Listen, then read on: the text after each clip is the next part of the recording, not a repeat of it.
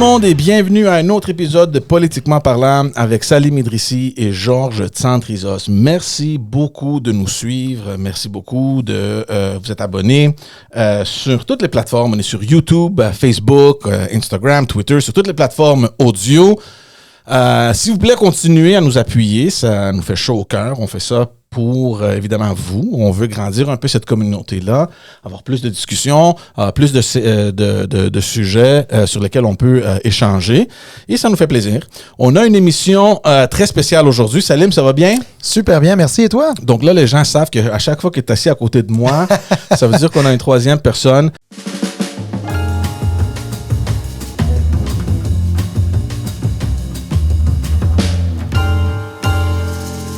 Très content d'avoir avec nous aujourd'hui Christopher Skeete. Christopher, ministre délégué à l'économie, donc il travaille très près avec M. Fitzgibbon, ministre responsable de la lutte contre le racisme, ministre responsable de la région de Laval. Il n'y avait pas assez de ministères pour lui donner tellement il est bon.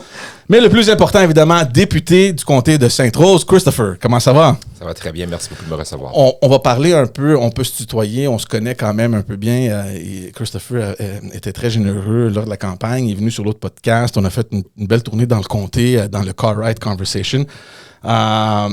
Puis je me rappelle, d'ailleurs, Christopher, avant qu'on commence, juste après cet épisode-là, je t'avais dit, regarde, une fois que vous rentrez au gouvernement, parce que c'était quand même évident,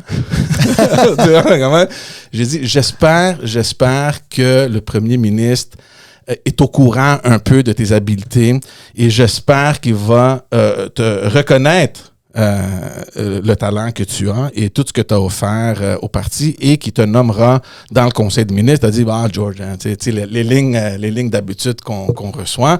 Finalement, il t'a nommé, je t'ai envoyé un petit message, te féliciter. Donc, officiellement, maintenant, on se voit. Félicitations pour cette nouvelle job, pour ces nouvelles responsabilités. Merci beaucoup. C'était pas des lignes. Moi, je suis une personne qui était et qui est heureux juste d'être là.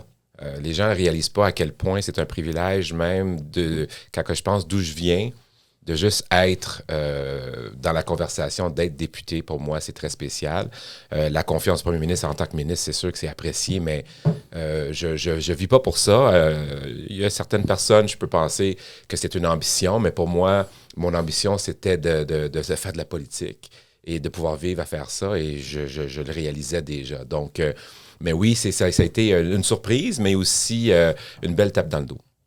Là, je sais parce que pour en avoir côtoyé plusieurs ministres, puis Salim surtout, évidemment, il a travaillé dans plusieurs cabinets, on sait que du jour au lendemain, c'est une nouvelle réalité. Hein? Ton monde change complètement. Comment tu as vécu, là? Tu sais, l'appel qui rentre, Christopher, on t'envoie un char ou viens à Québec ou je sais pas trop où. Puis souvent, c'est secret dans un hôtel ou des choses comme ça. J'étais très chanceux dans la façon que ça a été fait. Je cacherai pas qu'il y avait beaucoup de personnes dans le cabinet du premier ministre avec qui j'avais collaboré dans mon rôle de responsable avec les Québécois d'expression anglaise, qui m'ont vu aller pendant 4 années, qui m'ont vu travailler très fort. Et j'avais beaucoup d'alliés dans le cabinet du premier ministre qui travaillaient très fort à faire valoir cette contribution-là. Et une de ces personnes-là, je ne vais pas le nommer parce que je veux pas non plus lui mettre de la pression, mais il a travaillé très fort pour moi et quand j'ai reçu l'appel, mais il avait insisté que ce soit lui qui fasse l'appel. Donc, moi, j'étais allé déjeuner avec des collègues. Il était rendu 12h30, 1h, je pense. On avait fini de bruncher. On a eu un super brunch au Fairmont, puis j'ai dit, garde, la vie est belle, on est élus, on est 90, je m'en vais chez nous. Et je me suis changé, j'étais en pyjama et j'écoutais Star Trek. Et quand je me suis changé, je me suis dit, garde, on va écouter du Deep Space Nine, on va s'asseoir, puis la mission continue. Good. Et à peine changé, à peine l'émission débutée, je reçois un appel et c'est mon ami qui me dit, mais j'ai le privilège et l'honneur de vous convier à une rencontre avec le premier ministre. Et là, j'étais toute fébrile, bien sûr, et je me suis changé à nouveau. Et je suis parti à cette rencontre-là. Et encore une fois, il m'attendait. Il m'attendait à l'entrée et il disait, j'ai demandé à t'escorter, donc je tenais vraiment à t'escorter. Donc pour moi, ça a été un beau moment d'avoir un ami près de moi durant ce moment-là important. Ah, c'est bon ça. C'est bon. Puis en plus, dans la vie d'un politicien, c'est des moments marquants. Et dans votre cas, en plus, vous avez débuté comme un militant de la Coalition Avenir Québec, un militant de la première heure. Vous avez connu donc un peu les instances militantes. Vous vous êtes présenté 2 fois auparavant avant de vous faire élire la première fois en 2018. Puis, vous avez eu des fonctions importantes puisque vous avez été quand même l'adjoint parlementaire du premier ministre. Donc, c'est une marque de confiance importante. Vous avez pu vous démarquer ainsi. Et en plus, cerise sur le gâteau, on se fait réélire en 2022. Puis là, vous accédez au Conseil des ministres. Alors, dites-nous un peu, parce que vous disiez que ce qui vous intéressait, c'était de faire la politique. Alors justement, de passer d'un militant à un membre du Conseil des ministres du Québec, c'est quoi le sentiment qui vient avec ça? Mais vous savez, je suis un militant de la première heure, vous l'avez dit, mais je ne suis pas un signataire. Moi, mon numéro de membre, c'est 505. OK. Et puis, il y avait 504 personnes plus intelligentes que moi. Et puis, je me souviendrai toujours, j'étais à la Chambre de commerce en tant qu'administrateur, jeune administrateur, et quand M. Legault se promenait dans ses tournées, il parlait d'un nouveau Québec, de relancer le Québec, et je me souviendrai toujours de ce moment-là, j'ai dit, ce gars-là va être premier ministre. Et donc, rapidement, j'étais à l'ADQ à l'époque, un membre pas très actif, mais quand même un peu actif. Et j'étais dans les instances et j'ai dit, il faut absolument s'assurer de faire en sorte qu'on fusionne le parti avec lui. Moi, j'ai le goût d'aller dans cette direction-là. Et je me souviendrai toujours au congrès de fondation. J'ai payé de ma poche. J'étais allé toute seule. Je connaissais personne. Et c'était sur 2 jours. Et je connaissais personne. C'était beaucoup des gens du PLC, c'était beaucoup des gens du PQ. Moi, je n'étais jamais là-dedans. Fait que vraiment, j'étais arrivé comme un cheveu sur la soupe. Puis, je me souviendrai toujours, quand M. Legault faisait son discours, tous les gens attendaient sur une porte au sud de la bâtisse. Puis, moi, je me suis trompé de porte. J'étais au nord. Puis, finalement, c'est moi qui avais raison. Fait que c'est cette porte-là qui a ouvert en premier. Et j'étais assis en avant.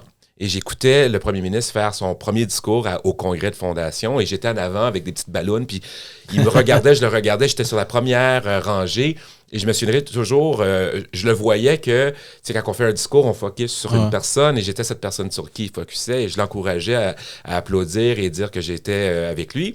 Et cette soirée-là, durant le cocktail, je l'ai rencontré pour la première fois, je lui ai serré la main.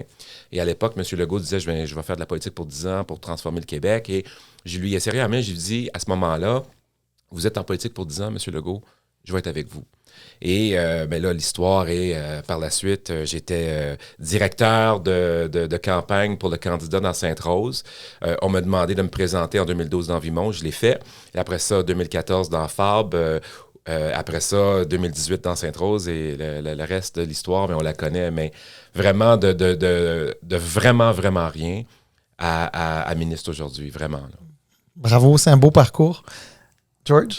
Oui, mais moi, dans le fond, c'est plus, puisqu'on est sur ce sujet-là, c'est de voir un peu de l'aspect du député. C'est sûr que c'est une grande responsabilité d'avoir été nommé au Conseil des ministres. C'est sûr que ça vient avec des lourdes tâches. Mais comme député, ça fait quoi pour vous de pouvoir être là pour vos concitoyens, des gens évidemment que depuis le tout début, évidemment vous militez dans la région de Laval, vous avez eu le temps de connaître pas mal de monde, pas juste dans Sainte-Rose, mais dans d'autres comtés aussi. Ça fait quoi pour vous, ça, tu sais, cette proximité-là avec les gens? Vous savez, ça fait 20 ans que je fais de la politique, plus de 20 ans en fait. J'ai commencé en politique très jeune, je faisais surtout de niveau fédéral. Puis ça fait longtemps aussi que j'étudie et je regarde ça de loin. Et j'ai appris beaucoup de leçons en politique, par observation surtout. Et ce que j'ai remarqué, c'est que les gens qui prennent pour acquis leur poste ou leur rôle, les gens qui se prennent pour d'autres, les gens qui oublient la responsabilité noble du rôle du député, c'est ces gens-là qui ne survivent pas en politique. Et je m'en fais un devoir d'être près de mon monde et de souvent aller les voir. D'ailleurs, tantôt, je m'en vais faire du bingo dans une résidence pour personnes âgées avec une machine que j'ai financée avec mon budget discrétionnaire. Ils m'ont invité pour venir caler les balles. Et ça, c'est le bout. J'adore faire ça. Ouais. C'est super, super quétaine et super, super important. Et c'est une des choses que j'adore faire parce que ces gens-là aiment ça voir leurs députés, ils aiment ça quand les gens se présentent. Puis, j'ai pas la prétention de penser que je suis trop bon pour ça. C'est ça, le député. C'est de connaître son monde et d'essayer d'être présent. Faut rester terre à terre.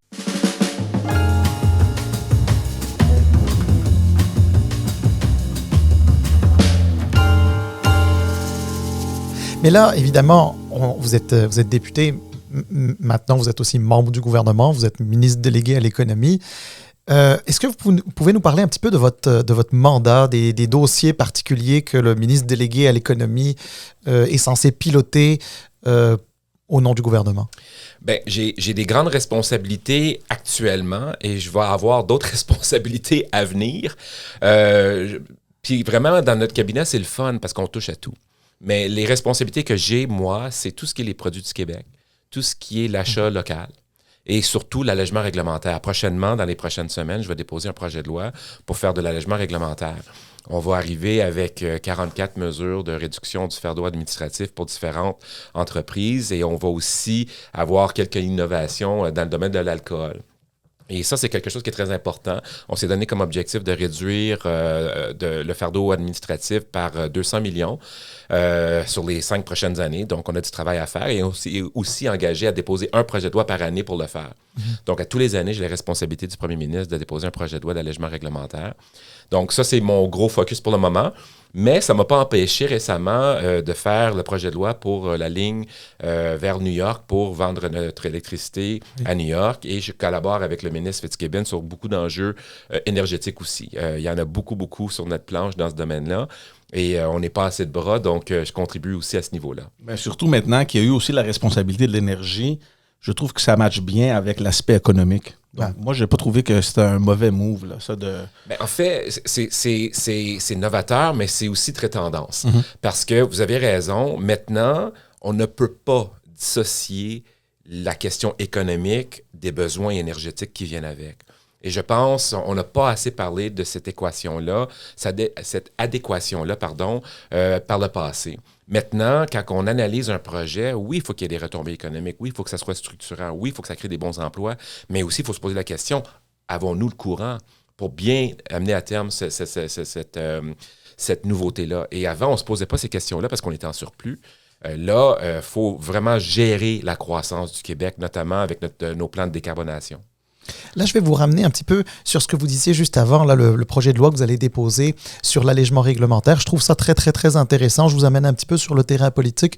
Justement, l'une des choses qui, à mon avis, en tout cas de ma perception, a beaucoup plu chez la Coalition Avenir Québec, de la part des électeurs, souvent ça a été l'importance qu'on donnait aux entrepreneurs et aux entreprises, les petites entreprises, petites moyennes entreprises. On a tendance à l'oublier. C'est pas les grosses industries qui sont le moteur économique du Québec, mais plutôt les PME. Et je pense que votre parti politique a incarné une certaine réponse à ce niveau-là. Alors, je vous amène là-dessus. Qu'est-ce que vous entendez de la part des petites et moyennes entreprises par rapport à l'allègement réglementaire? Évidemment, je ne vous demande pas de me dire qu'est-ce qu'il va y avoir dans votre projet de loi. Vous ne pouvez pas. Mais juste un petit peu le constat qui se fait. Parce que je pense que c'est quelque chose qui est très important. Surtout avec pas les enjeux, mais les défis économiques qu'on vit. Souvent, créer son entreprise, c'est créer sa propre job et créer de la job aussi pour quelques autres personnes. Mais souvent, effectivement, le fardeau administratif, ce qu'on appelle le red tape, ça vient d'une certaine manière décourager les gens et les entrepreneurs à entreprendre. La FCEI évalue le fardeau administratif à 8 milliards. Donc, c'est énorme. C'est énorme. Puis surtout, j'ai fait une rencontre récemment en Montérégie avec mon collègue Claude Reed, avec ses entrepreneurs du coin. Il y avait une dame qui me disait, « Monsieur Skeet, moi, je suis tout seul avec mon mari dans mon entreprise. Il vendait des voitures usagées. » Et ça, j'imagine, c'est considéré à plus haut risque par le fisc. Et elle dit, moi, je me fais vérifier de manière récurrente. Puis, quand on m'impose des cotisations spéciales particulières, j'ai même pas l'énergie de me battre. Je paye sans regarder. C'est le genre de choses, je pense, qui démontre que il y a un enjeu important. C'est que le régime fiscal doit être équitable pour tout le monde et doit permettre à tout le monde de bien réussir et avoir les mêmes règles du jeu. Là, quand c'est rendu que les gens ne sont pas d'accord avec une contribution spéciale, mais ils n'ont pas le temps et les moyens de faire valoir ce droit-là, je pense qu'en quelque part, il y a un enjeu de déséquilibre. Il y a une notion qui me motive dans mon rôle, que ce soit en administration, à la réduction de la paperasse ou que ce soit dans mes autres dossiers, c'est l'enjeu d'égalité et d'équité. Faut avoir un régime équitable. Alors, puis faut penser aussi à 30 000 pieds. Là. Un régime équitable donne confiance. La confiance réduit le cynisme. Puis, je ne sais pas si vous avez remarqué, mais dans l'Occident, en général, il y a un enjeu de cynisme. Mm-hmm. Alors, je pense qu'on se doit de montrer que nos institutions fonctionnent. Et ça veut dire répondre à ces personnes-là qui disent que le fardeau est trop grand. Et il est effectivement trop grand. Il y a beaucoup de travail à faire au Québec.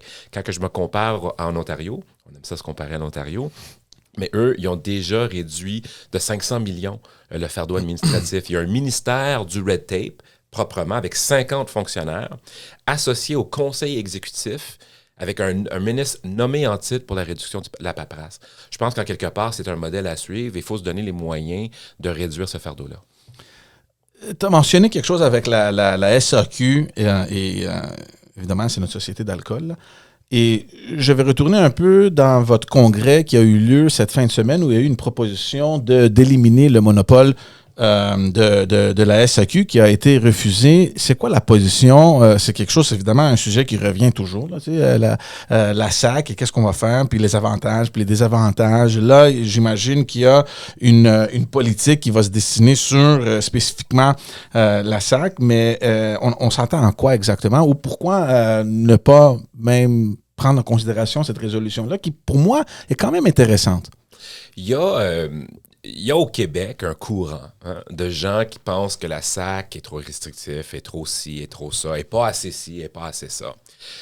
Honnêtement, moi, ce que je vois dans cette proposition-là, c'est une vie militante active. C'est normal qu'un parti se pose ces questions-là. C'est normal que le ministre des Finances dise « attendez une seconde, c'est pas si simple que ça. » C'est normal aussi qu'il y ait des gens qui soient pour et contre.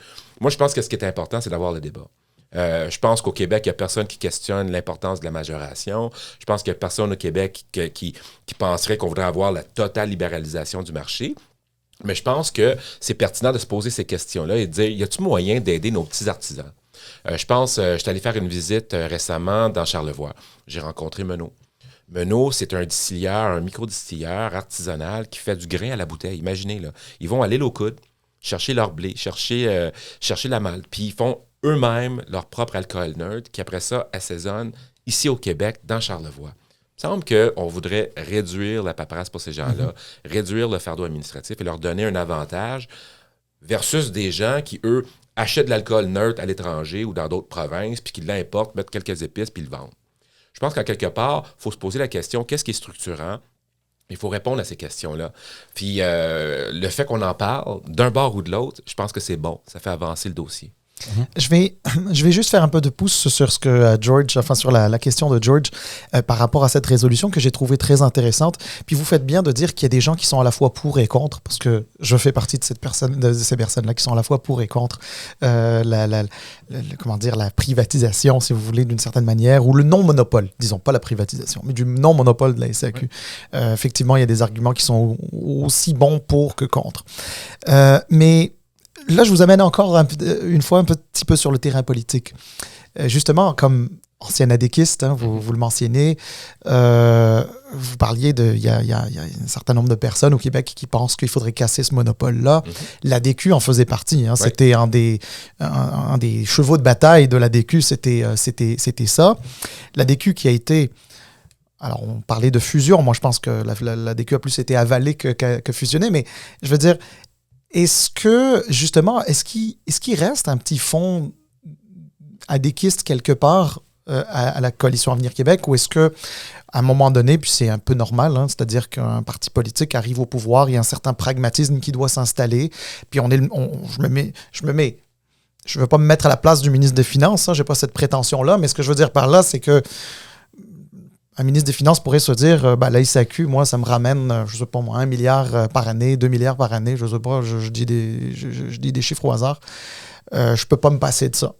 Alors, Justement, alors je vais vous entendre un petit peu sur cette question. Y a-t-il encore un peu d'ADQ quelque part ou pas du tout? Bien, on est un parti qui est une coalition. On a des anciens libéraux, on a des anciens péquistes, puis on a des anciens adéquistes. Puis juste au Conseil des ministres, si on veut les prendre par segment, mais il y a François Bonnardel, il y a Ricard, il y a moi, il y a, je fais le tour rapidement autour de la table. Bernard Drinville. Oh, de l'ADQ. De l'ADQ, j'essaie de faire le tour.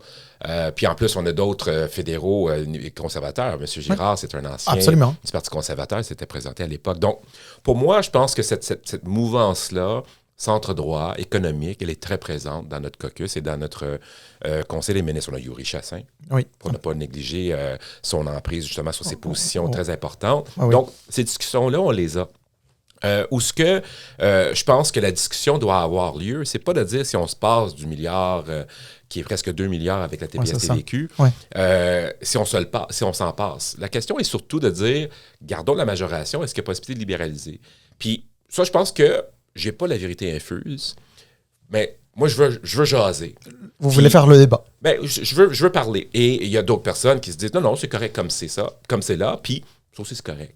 Fait que moi, je pense que quand on voit une motion comme ça arriver, on doit se poser la question, est-ce qu'il y a moyen ou est-ce qu'il y a matière à avoir la discussion? Et moi, je pense qu'on ne perd jamais à avoir du dialogue. Alors moi, si ce débat-là survenait, moi, je voudrais faire valoir mon opinion, comme d'autres voudraient faire valoir la leur. Parfait.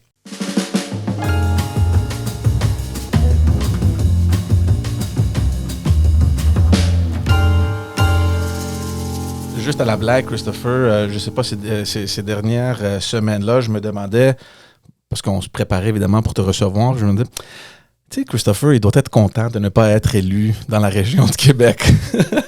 Avec tout ce qui s'est passé, avec le tunnel, puis tout ça. Puis en passant, juste rappeler à ceux qui nous écoutent, qui nous regardent, moi, puis je l'ai dit à Salim, aussitôt que le gouvernement est sorti de dire, regarde, on recule de cette promesse-là, de cette décision de créer ce tunnel-là, moi, j'ai dit sur ce podcast-là que moi, j'apprécie qu'un gouvernement ou que des élus aient le courage de dire, regarde, ça fonctionne pas, on recule, au lieu de foncer juste parce que c'est une promesse, puis de s'enfarger plus tard dans 1, 2, 3, 5 ans. Donc moi, j'ai aucun problème que le gouvernement sorte, puis honnêtement, nous dise, guys, les données ont changé, on peut plus aller de devant. Le problème, par contre, qu'on a discuté, c'est une promesse forte. Vos collègues là, dans la région de Québec, they went to bat. Eux autres, là, c'était comme, c'est notre épée, puis on va faire le tunnel. Puis on se demandait, quand on arrive à ce point-là où on fait essentiellement, surtout pour ces députés, ces candidats à l'époque, députés aujourd'hui, c'était l'affaire centrale dans leur plateforme, est-ce que c'était imprudent de se lancer dans une campagne sans avoir peut-être toutes les informations, d'avoir fait toutes les études et d'être sûr à 100% que si on se lance puis on dit, regarde, c'est ça qu'on va attaquer, je vais faire campagne là-dessus, d'être rassuré que oui, on va le faire? Bien, il y a beaucoup de choses dans votre question. La première, c'est effectivement, je suis d'accord avec vous. Je pense que ce que les Québécois apprécient le plus, c'est cette capacité à la Coalition Avenir Québec de prendre des décisions responsables et, quand on se trompe, de reculer. Puis de le dire. Puis on l'a vu aussi dans les sondages en passant, sauf dans la région de Québec. Ailleurs. Fait que moi, je pense que les Québécois apprécient cette capacité-là qu'on a de ne pas être arrogant, de dire on fait de notre mieux, puis avec les données qu'on a, on essaie d'avancer. C'est clair que pour la région de Québec, c'était une nouvelle décevante. Quand on regarde l'enjeu au complet, il y a 2 ponts, un à côté de l'autre, loin du centre-ville. C'est une question qui va revenir un jour. Mais regardons les faits. On avait un tunnel qui était évalué à 10 milliards. On avait le gouvernement fédéral qui refusait de participer dans le financement. On avait aussi un environnement très inflationniste avec des projets qui, en moyenne, excèdent leur budget par beaucoup dernièrement. Donc, le 10 milliards, ça allait ressembler à quoi à la fin? On avait aussi à gérer cette très grande réalité aussi de capacité de construction. N'oubliez pas, là, au Québec, on a rajouté 50% au PQI, le fameux plan québécois des infrastructures. Puis les projets qu'on a mis là-dedans, ben, c'est 150 milliards de projets qui sont actuellement là. On a-t-il la capacité de produire davantage de grands projets d'infrastructure? Puis, le premier ministre a été très clair. Pendant la campagne, Il n'y a pas une journée où on ne se faisait pas poser la question sur le troisième lien. Il n'y avait pas une journée où ce qui disait on attend les rapports à jour. Je pense qu'il a été transparent avec les Québécois à l'époque de la campagne. Je pense qu'il a été transparent à la fin parce qu'on le disait, on attendait les rapports. Puis les rapports, ce qu'ils ont dit? Ils ont dit que l'achalandage a baissé de 30 %, notamment à cause de la pandémie. La pandémie a eu un grand impact sur, pas le volume de voitures, mais la concentration du volume à les moments clés dans la journée. Donc, le trafic est plus éparpillé. Ce qui fait que l'attente est moins grande. Fait que là, quand on considère tout ça, là, les risques de dépassement, les risques de la diminution du volume, est-ce que c'est le temps de s'embarquer dans un projet comme ça? C'était pas une décision facile, vraiment. Là. Puis là, je parle de ce dossier-là. En tant que Lavallois, je me sens un peu imposteur parce que, effectivement, c'est une décision qui a été très difficile pour la région. Mais en bout de ligne, je pense que les Québécois s'attendent à ce que leur gouvernement prenne la mesure de l'information disponible et agisse de manière responsable. Là, je veux juste revenir au Congrès parce que j'ai lu surtout sur presque tous les journaux qui parlaient qu'il y avait une absence quand même remarquée des membres de la CAQ, de la région de Québec. Ils étaient nulle part dans le Congrès. Est-ce qu'il y a une grogne quelque part? Est-ce que c'est quelque chose que vous regardez? C'est quand même, comme tu as dit, c'est quand même un gros coup. Là, ils s'attendaient vraiment à ça. On a fait toute une campagne là-dessus. Qu'est-ce qui se passe là-dessus? Puis encore, je sais que tu ne peux pas parler pour tes collègues dans la région, mais c'est quand même quelque chose qui a été remarqué. Moi, je vous dirais, j'ai rencontré plein de gens avec qui je milite depuis plusieurs années de la région de Québec. Puis c'est un enjeu qui avait je pense que les gens l'ont entendu, puis l'ont absorbé. Puis c'était pas de ça qu'ils voulaient jaser. Moi, j'ai pas entendu, il y a personne qui m'a posé de questions à ce niveau-là. Je sais pas si c'est parce que je viens de Laval, là, je sais pas. Par contre, un congrès, ça sert à discuter et à jaser. Madame Guilbeault était sur un panneau, c'était à mic ouvert, puis les gens ont eu la chance de poser la question, ils l'ont pas fait. Donc, je suis sûr que les gens ont des questions, puis je suis sûr qu'il faut continuer d'être présent et répondre à ces questions-là, puis de vraiment prendre de front les inquiétudes que les gens de la région ont. Mais moi, je vois pas un problème avec un parti qui, A, va ouvrir les micros à tout le monde, B, répondre aux gens, puis si les gens n'en parlent pas, mais là, je pense que les chroniqueurs, ce que j'ai surtout entendu, moi, c'était qu'il y avait une absence de grogne, puis ils étaient tous pas mal surpris. Puis je pense que les gens sous-estiment de la CAQ, il y a des gens qui essaient de dire que c'est des suiveurs, là, puis des moutons, mais c'est pas ça la CAQ. La CAQ, c'est la majorité silencieuse. La CAQ, c'est un parti de pragmatisme. Et ces gens-là savent que les données changent. Puis des fois, on avait toutes les bonnes intentions du monde, mais on doit changer notre fusil d'épaule. Et je pense qu'ils s'attendent à ça. Moi, je pense que c'est surtout ça, notre ADN. Des gens qui sont terre à terre, à l'écoute et ouverts pour la nouvelle information, puis est capable aussi de dire, mais regarde, les données ont changé, on change. Depuis la première élection de la Coalition Avenir Québec en 2018, si on suit un petit peu tous les sondages, la tendance des sondages, etc., c'est assez rare où on a vu la CAQ baisser un petit peu. Au début, on parlait d'une lune de miel, parce qu'effectivement, chaque fois qu'un nouveau gouvernement arrive, il y a une certaine lune de miel qui dure 1-2 années. Une lune de miel qui a duré tout un mandat, c'est assez rare, et au point où d'ailleurs, votre parti politique a fait élire 90 députés sur 125, c'est un exploit. Moi, honnêtement, je ne pensais pas un jour vivre ça, et encore moins dans un contexte multipartisan, un multipartite, et non pas le bipartisme qu'on avait l'habitude de voir. C'est sûr que là, il y a eu cet épisode-là du troisième lien où on parle bien d'un sondage, c'est pas une tendance, on tire pas de conclusion, mais on a vu quand même, surprenamment, le Parti québécois prendre du poil de la bête dans la grande région de Québec, dans la RMR, comme on dit, de Québec. La CAQ a perdu peut-être 4 points, mais bon, c'est un électorat qui est quand même assez dispersé sur le territoire, donc ça n'a pas trop d'impact normalement sur... en tout cas, s'il devait y avoir des élections demain, ça n'aurait pas beaucoup d'impact, là. Est-ce que vous avez l'impression qu'il se pourrait que le lustre de la CAQ se soit un petit peu abîmé, ou une petite fissure dans cette dans ce téflon qu'était la CAQ au niveau des sondages. Encore une fois, il n'y a pas de tendance, il y a eu un sondage. On verra bien les autres. Mais c'est quoi votre ressenti? On commente jamais les sondages. on les lit. Oui, juste dans l'opposition. Dans l'opposition, on a le droit. On les lit. Oui. Puis on les analyse. Mais moi, ce que je vous dirais surtout, c'est pas à moi de décider si la lune de miel est finie ou si le téflon il est moins téflon. Non. C'est des citoyens qui vont décider ça. Moi, ce que je fais, c'est de mon mieux pour servir les Québécois qui m'ont élu. Puis le reste, là, comme ils disent en anglais, that'll get fixed in the wash.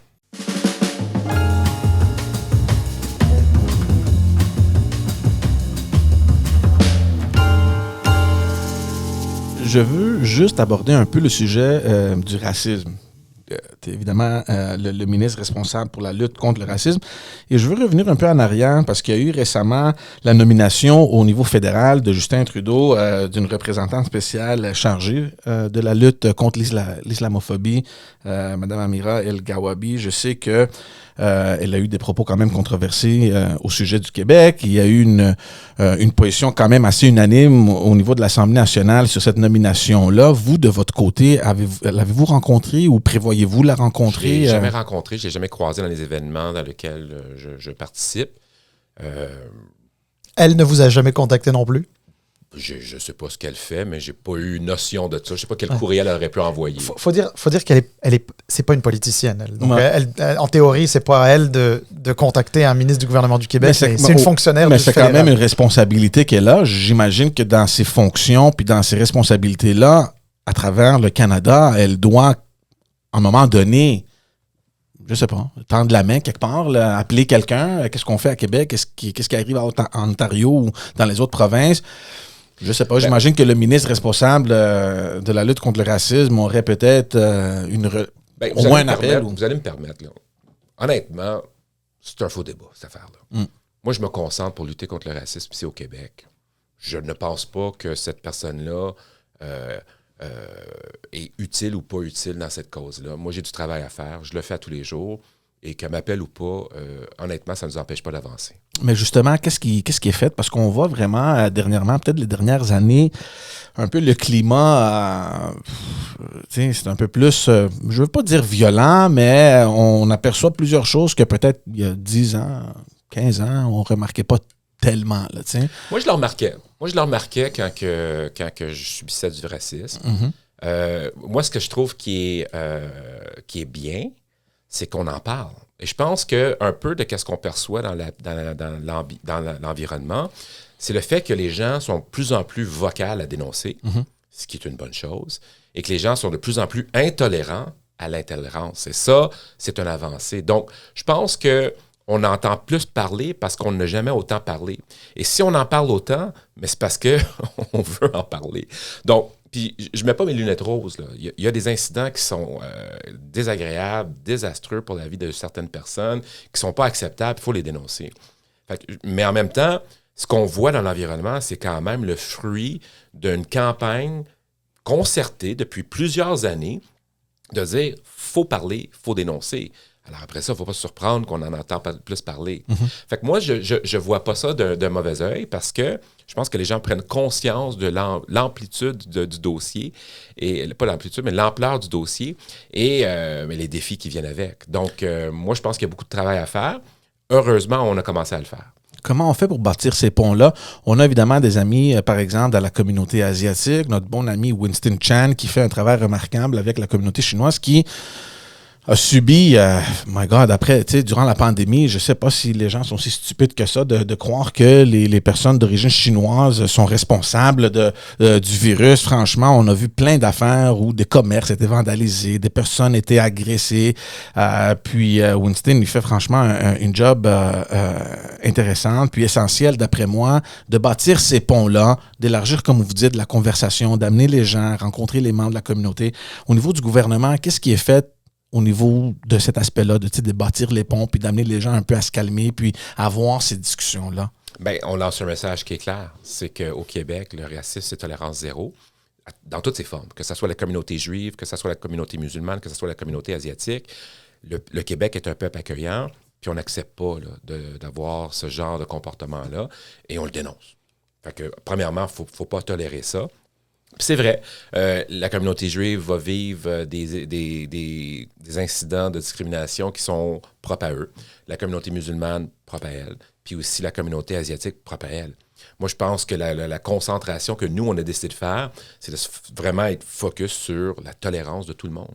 Et je pense que le vivre ensemble au Québec doit primer. Et on doit faire la promotion de ça. Et c'est ce qu'on fait.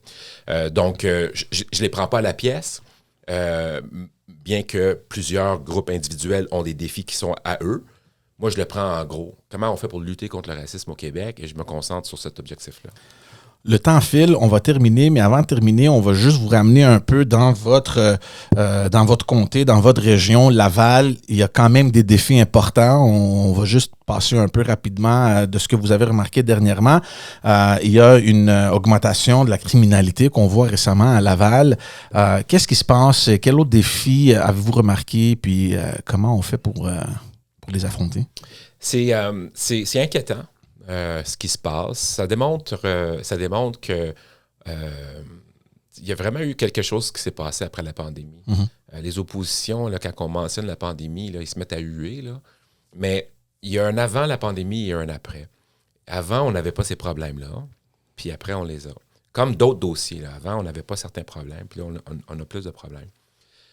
Et puis Laval est dans le milieu d'un changement aussi, une hausse de la violence. C'est somme toute une ville très, très, très sécuritaire, mais il y a quand même une augmentation des situations désolantes.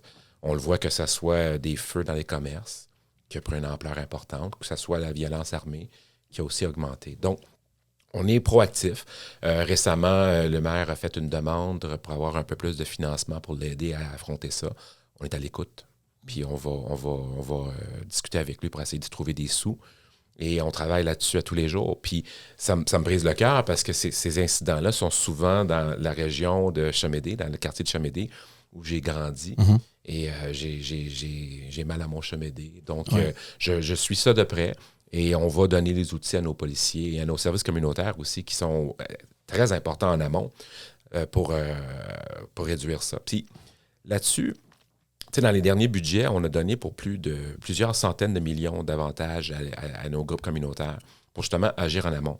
Ça, c'est plate à dire, puis je ne veux pas faire trop de politique, mais il y a eu beaucoup de coupures dans les groupes communautaires, dans le financement des groupes communautaires, surtout avant notre arrivée, et on a rehaussé ce montant-là. Fait que je pense qu'on paye en décalage un peu le prix de ce désinvestissement-là qui a eu lieu. Là, on a investi, ça va prendre du temps, il va y avoir un décalage avant qu'on le voit vraiment sur le terrain. Je pense que ça, combiné avec les sous qu'on met pour la répression, va nous amener à bon port. Mais c'est vrai qu'on a augmenté cette augmentation-là. Christopher, tu es évidemment très occupé. On sait un peu c'est quoi ça veut dire d'être ministre. On apprécie vraiment, vraiment, vraiment la générosité en temps. Merci beaucoup. Exactement, d'avoir pris le temps de venir de Laval, franchement, jusqu'à la rive sud de Montréal. L'autre 450. Mais c'est ça ce que j'ai dit avant de commencer. C'est pas grave parce que tu as un chauffeur maintenant. Donc c'est un garde du corps. Un garde du corps. Je veux pas vous reprendre parce qu'on dit jamais chauffeur, on dit garde du corps. Ouais. C'est vrai. Qui sont d'ailleurs très bien entraînés. Yeah, exactement. En fait, vous allez me permettre rapidement oui, bien sur sûr, le sujet. Bien sûr, oui. C'est des gens vraiment extraordinaires. Oh, oui. Tu sais, juste pour rentrer ici, là, le garde du corps est venu s'assurer que quand on franchissait la porte, qu'il n'y avait pas une surprise qui m'attendait. C'est vraiment des professionnels, puis je tenais à le dire sur une tribune ouverte parce que c'est des gens qu'on voit, qu'on remarque pas, mais qui font un travail important. Absolument. Ils sont, en plus d'être alertes comme ça tout le temps, c'est extraordinaire. Effectivement, on en a croisé plusieurs et effectivement, ils sont extraordinaires. Non, c'est bien de le mentionner. Merci beaucoup. Merci beaucoup. Grandement apprécié. Merci à tout le monde qui nous suivent, qui ont apprécié cet épisode-là. Envoyez-nous vos commentaires. Suivez Christopher sur ses réseaux sociaux. On va les mettre en description si vous voulez suivre le travail extraordinaire qui est fait. Puis abonnez-vous. Abonnez-vous. Les chiffres commencent à grandir, franchement, puis ça nous aide. Il y a des commentaires, peut-être pas qu'on aime nécessairement, mais c'est pas grave. C'est pas grave. C'est quoi? C'est essentiel, puis nous, regarde, ça nous motive parce qu'au moins, il y a une discussion qui part, puis nous, notre but, c'est de lancer cette conversation politique, que ce soit au Québec, Canada ou à l'international. Christopher, merci beaucoup encore une fois. Plaisir de te voir, puis bonne continuation. Merci beaucoup. À bientôt. Ciao tout le monde.